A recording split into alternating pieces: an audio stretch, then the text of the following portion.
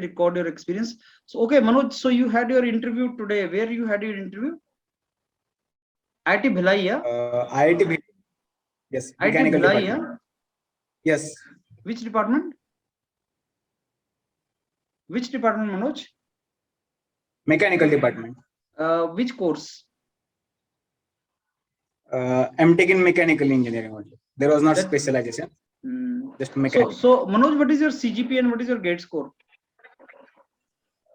594 GATE score, EWS category, and CGP is 8.96. तो अभी और कहीं से कॉल आया है तुम्हें इतने इस क्रेडेंशियल्स पे?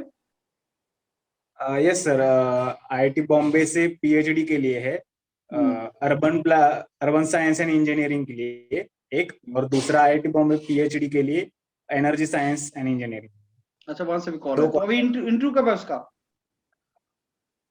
कल रिटर्न टेस्ट है, take home test urban planning की, अर्बन साइंस एंड प्लानिंग की, और 20 मई को एनर्जी की है. ओके, तो बताओ Manoj, tell me in detail first your interview experience and then I tell you what how it was. Yeah sure sir. Initially they asked about general introduction, short introduction like name and academic background, GATE score and CGPA only. After that they asked me which are the subjects you are comfortable with. So I said thermodynamics and heat transfer, but the sir said that we are actually about strength of material and Tom, I am faculty, so will you be comfortable? So I said okay, no problem. So it started with the theory of machine actually. Okay. Interview. The first question was, can you define the sensitivity of for a governor? So I did that. After that, he asked me what will be the good sensitivity. It's very high sensitivity or very low sensitivity. And what should be sensitivity approximately. So that was it regarding governors. After the governors, they moved towards this gear in the theory of machine only. In the gear, they asked just like, can you define pressure angle in the gear for a gear mechanism? That was regarding gear. Then they asked, can you give one example of mechanism in which there is one unconstrained degree of freedom, and also define unconstrained degree of, what is the unconstrained degree of freedom. Okay.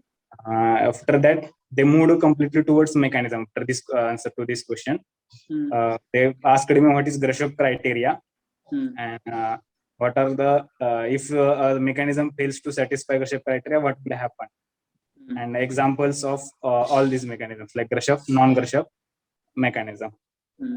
That was about this theory of machine. After theory of machine, there I think another sir came, but the video was not visible. But another sir joined and he said, okay, we can now start about thermodynamics. He said.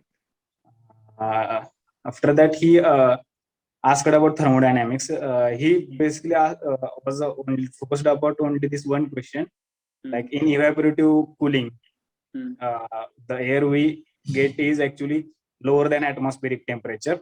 Then he first asked me to explain the mechanism. I explained it like there is a relativity, lower relativity, so due to which the air droplet vaporizes and the latent heat due to which we get heat. So he specifically asked about that. Then is there heat transfer from low temperature to high temperature, and is it going to violate Clausius? Or is there any external kind of work which you are not describing in your explanation? So these were the two questions from thermodynamics. And after that, this theory of machines are asked just one open question. He told me that you need not answer this if you don't know. Then he asked me like, imagine if we are sitting in a bus, local bus, state transport bus, and we check at every window, will you feel air inward flow or air outward flow? Then I said him that we feel the air coming into the bus. So he then added that if from every window the air is coming in, will the pressure inside the bus will increase or will remain same? So I asked this open system, so the pressure will not increase actually, not to such extent that we can experience. So Then he added that, can you explain why the pressure is not increasing, even though there is lot of air coming into the system? Or will there be any outlet that we haven't checked yet? And that was the interview, sir. That was the last question. That's, if you can answer. If you are not able to, then fine. Leave them. Did you answer that? I tried I tried like this, that air is coming inside, but actually I said maybe the mass of air that is entering is comparatively less when we compare it with the system air mass. But he always said that the bus is having 10 windows in one side, the other side will also 10 windows. So from 20 windows there will be very high air mass coming inside. And in this situation, what will you answer? Then I said, right now I'm not able to answer it. He said, that's okay, no problem. So I want to discuss these two questions with you. Okay, so this is one question. Which other question you want to discuss? In the evaporative cooling, actually I know the mechanism that water Which droplet mechanism? evaporative cooling process, or the process in the cooling tower. Like water droplet will come due to wind flowing. The droplet will vaporize and it will take latent heat from the surrounding air. The air that we get from the evaporative cooling cooler is cool to us, but it's actually taking latent heat. But his question specifically was, if the air is cooler than atmospheric air, is there heat transfer from low temperature to high temperature? And if there is such situation, is it going to violate Clausius law from the second law, Clausius statement from the second law? Okay, so that question is like, if air is flowing and it is at low temperature, then it is taking heat from where? In evaporate, he initially asked me to see to this question. What I understand is heat interaction is because of two mechanisms. One is latent, another is sensible. Okay. Sensible heat is because of temperature difference, which he is asking. Yes. That heat flows due to temperature difference is sensible heat. Yes, sir. But in this case, that is not the case. In this is a latent heat case. Latent heat case means when there's a phase change. So whenever there's a phase change, liquid to vapor, some heat energy is required for that. And that heat energy is taken from the ambience. So it is a typical case of latent heat, not a sensible heat. So it is like mixing two concepts. Like when we say temperature does not change, so what is Q mc dt? Then we say Q is 0 because dt is 0. But that is wrong, because when there is no temperature change, it's a phase change, then we cannot use this formula. Similarly, we cannot use the concept of heat flow through temperature difference in latent heat phenomena. And that is a question actually trying to confuse us, right?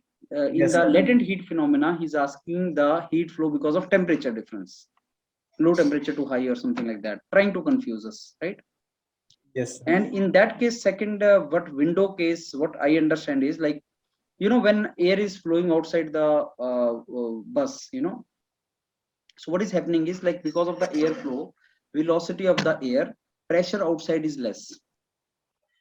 And when pressure is outside is less and pressure inside bus is more, so air is flowing from bus to outside also. And because of the air flow, because of the velocity of air, and if bus is taking turn or something, then the air is flowing inside the bus also. If bus is moving straight, you understand, if bus is moving straight, so the air is entering also, air is going also. Inside pressure is more, outside pressure is less, but air enters also, air goes out also. So both the phenomena are working simultaneously. But when the bus is taking turn, then it may happen air is entering through some windows, going out through some other windows. That is also possible. So these are both ways airflow is there. One because of air velocity, another because of pressure difference. And certainly pressure inside the bus will be more because air velocity outside is more, and hence pressure because of Bernoulli equation is less. So there's a multiple, both direction flow is there in this particular case.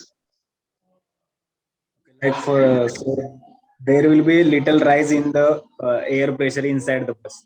Yes, that it is a rise of the pressure because of the air, not because of the air going inside, because air will be going also and coming out also, but it is because outside pressure is less.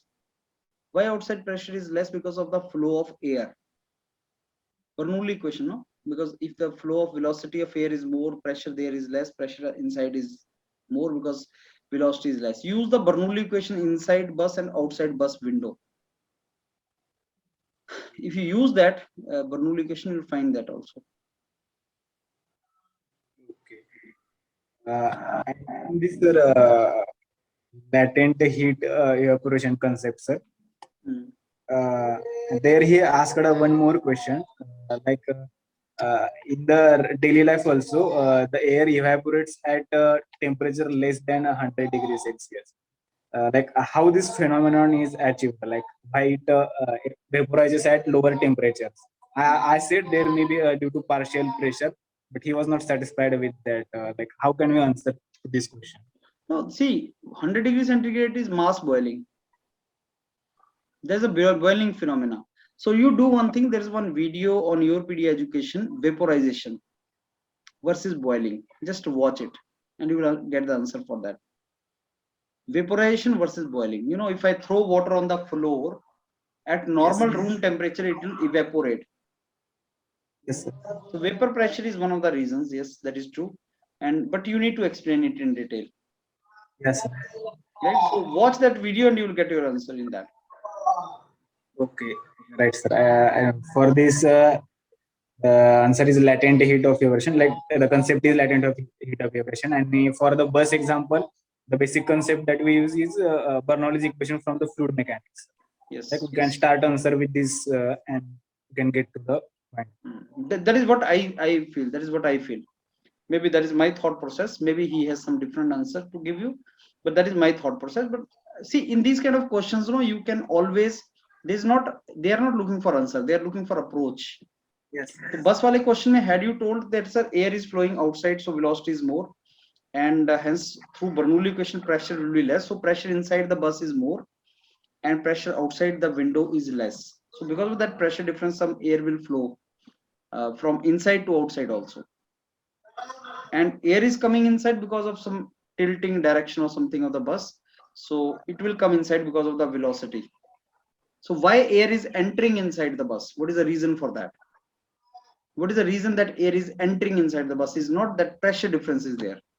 That pressure outside is more and pressure inside is less. It is not that. The reason for that is actually flow velocity of the bus, relative velocity of the bus and air. So air tends to enter inside. It goes everywhere, tends to enter inside, but goes out also from the windows. Yes, right? And because pressure inside and pressure outside will be same except very close to window, where because of high speed of air, Bernoulli equation pressure will be less. Like in near to the window, in the vicinity of window, there will be lower pressure in the very near region only. But if we take average pressure of the bus, that will not be lower. Like it will be having a little higher value, to which there will be outflow also. This outflow is driven by pressure difference from inside the bus and the outside of the bus. So there will be air flowing out also. Yeah. And the bus air coming inside, it is due to the relative velocity between bus and the outside air. So he's looking for your approach actually, whether your thought process is going in particular direction or not. That's all through these questions, right? Okay, Manoj, I think then आपके interview से मेरे को लग रहा है ठीक गया है, कोई बुरा नहीं गया interview, nothing to worry. But you can't predict the result of the interviews. All you have to do is just focus on your coming interviews of IIT Bombay, so that you give your best in that, right? Yes. Okay, Manoj, thank you.